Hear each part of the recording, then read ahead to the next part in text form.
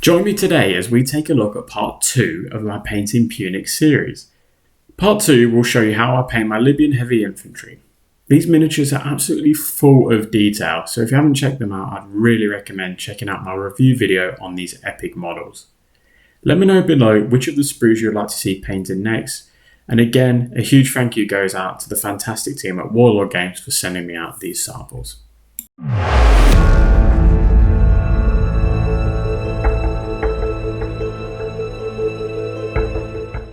Hello and welcome to part 2 of my Painting Punic series.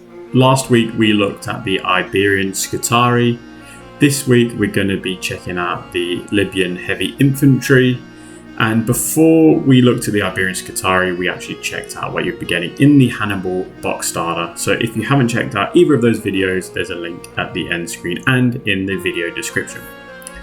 Now, if you're completely unfamiliar with this and you've just found this by the look of the draw, or you're on the hunt for something like this, you can find these particular models at the Hail Caesar Epic Battles range at Warlord Games. It's a fantastic range, it's a new range, it looks absolutely awesome. I've got some of the models I can vouch from, they are really nice, as you will see at the end of this video when these figures are painted, hopefully. So to start off with, when we're painting our Libyan heavy infantry, I go with German camo black brown as the base coat, as the primer colour, and then I go over the red areas with burnt red. So my research on Google is very limited in terms of what I'm doing here, but what I found was the shields were really a mixture of red, white and black. I think there was a few different colours in there as well if you really wanted to, but I tried to keep it as similar as possible so we're not having to paint a million different things at this scale. Then for the white we use deck tans. Deck tan is a good in between white and sort of cream colour, and it just helps put a nice base coat down before we apply the white. When you're putting white paint down, it always is quite hard to apply, so yeah, that's why I'm putting on deck tan opposed to just straight up white. And you can see I'm painting part of his shirt as well in that colour. And then finally, for the black part of the shield, I go with black grey. You could probably use a lighter colour as well. Black grey might be just slightly too dark for this, or a bluey sort of grey. It's really up to you what you want to do. Now, I do know there is a decal sheet that's coming out as well with this set. I just didn't get sent as part of the samples that were sent, so yeah, you can put some decals on these.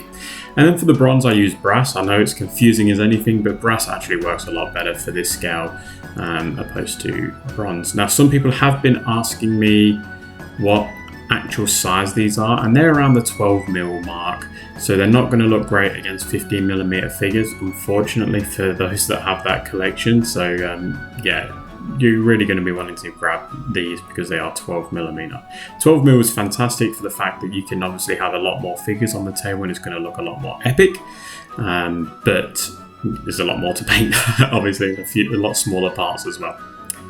So once we've painted the brass in on the helmets, the shields, the sort of leg guards, etc., we can go with flat earth. So that is going to be for his sandals as well as his spear, the back part of the shield on the very end that you can make out, as well as any sort of belts or straps. So I do believe the bronze leg guards or bits of armor to protect the front of the leg has a strap on the back, so you can be able to hit that as well as the belt that you can see here. Now, all in all, I think this process took about an hour and a half to paint this one line of infantry, which I think is actually really good considering I'm using contrast paints, so bear that in mind if you're following this guide. And then for the metal I use base lead Belcher. It's just my go-to. Some people don't like using silver, but for this scale I think silver is just going to work absolutely great. Any silver will do, though. You don't have to use Warhammer or Citadel. Then I use no oil and technical medium at a 1:1 ratio. This is just my recipe now. This is what I dip all my miniatures in. It's a really good in-between a really dark black wash and also a glaze, so a black glaze. So it's a really good in-between. It's not going to make your figure super dark, but it's just going to make it dark in the areas we want it to be. Now this step is just a base coat, so we're going back over with the exact same colour as before, or I should say layer more than a base coat, and I'm painting 3/4 of a moon sort of shape, and just leaving a very outer edge of that shield in the original base colour that's just been washed. And then the same with the uniform, literally just adding 3 little lines on that bit of the shirt. Now we repeat this step, same process with burnt red and flat red at a 1:1 ratio.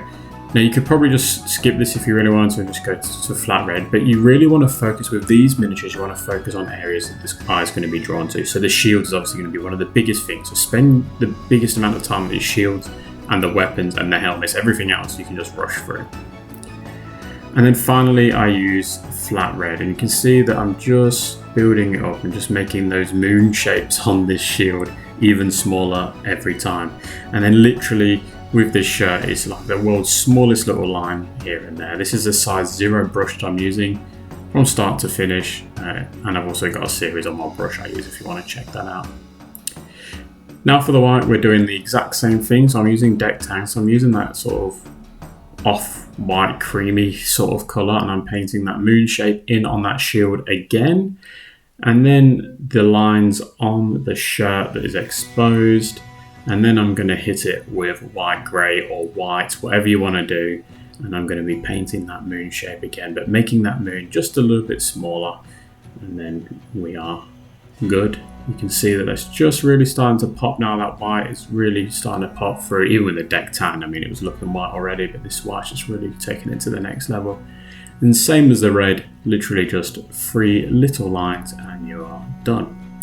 Then for the black grey, instead of painting a moon, I paint, well, I suppose you could say it's a moon, I paint a full moon, just around the edges there. I'm trying to leave a little bit of that dark base colour in there, and then I repeat the process with black grey and basalt grey at a 1:1 ratio, and just paint the whole thing. And you could scratch it in a bit just to make it look a bit broken, but there's just really no real point to it, to be honest, for this scale. Now we're going over the areas that we were painted in brass. So the helmet here you can see, and this is my highlight, alright, so I'm not putting any crazy like layering and all that. This is straight to the highlights, and now I'm just adding detailing where it needs to be and leaving the rest of it dark in the recesses, etc. So I'm painting those bits of armor on the back there that have got that brass color. I'm painting the outer edges of the shields in that color, but obviously just scratching in. A really good way of highlighting is to scratch. The more you scratch, the less likely you are to put a big blob of paint on. That's what I found, at least anyway, so obviously you do what's going to work best for you. And we're just doing those sort of leg guards again. Now for wood, if you're a regular on the channel, you know this recipe off the back of your hand, but it is flat earth to start off with. So I'm going back over with flat earth, and again the process is exactly the same. I'm scratching this in. The reason I like to scratch when I'm painting wood is so it gives it that sort of grainy effect that you'll see on wood. I'm also painting the sandals as well as the belt, and also the bits of the ankle or leg straps for his sort of armor plating on his legs.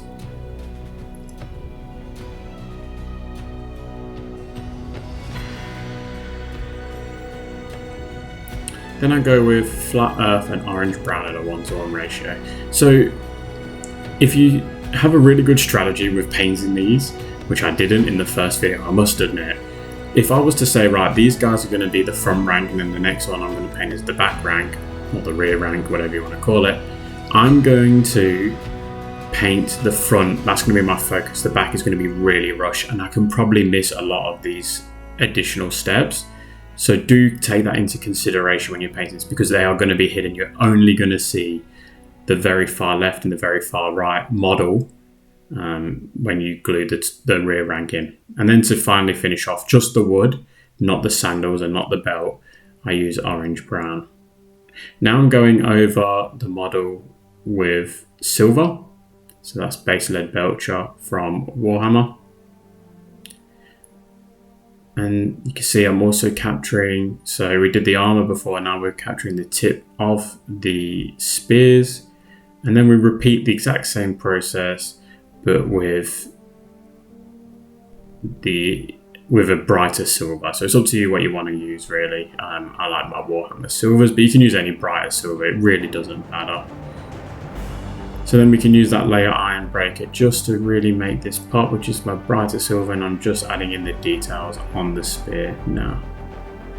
Now to paint the flesh, I'm going to go with a little bit of a different method to what I did in my previous video. So I'm using light flesh, and I'm going to use the primer, which is the German camo black brown, to act as our shade colour. So I'm not going to be putting in a flesh wash. So if you watched the Iberian Scutari video from last week, I applied this colour and then I put in a flesh wash, reapplied this colour and then put in the final highlight.